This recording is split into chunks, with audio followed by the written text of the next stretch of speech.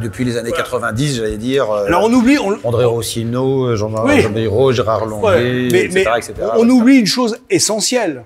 C'est que si André Rossino, qui est un de ses enfants, presque André Rossino, il n'y avait pas eu le cumul des mandats, il n'aurait pas été ministre. Et donc il aurait été maire de Nancy. Et il aurait peut-être fait aussi bien, voire plus, que le fait qu'il ait été maire de Nancy et ministre. Et donc on oublie que le non-cumul a amené la plupart des maires et des grandes personnalités à ne pas s'engager plus loin.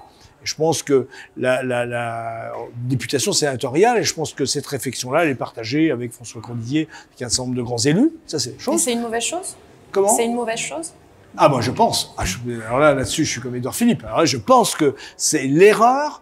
Vous savez, la non-représentativité, le fait que les gens ne se sentent plus représentés, mais c'est déjà... Parce qu'avant le maire, quelque part, il était sur les deux. Il portait une parole politique. On a des parlementaires qui sont hors sol, c'est ce que vous voulez dire, quoi. Alors, pas tous, et je ne veux pas du tout les accuser, mais c'est ça. C'est-à-dire que quelque part, tu as des décisions, tu as des discussions, tu as des textes de loi qui sont actuellement votés. À aucun moment, on a interpellé le maire de Thionville, le maire de Metz, ou aucun. On sort des textes de loi, on ne sait même pas d'où ça vient.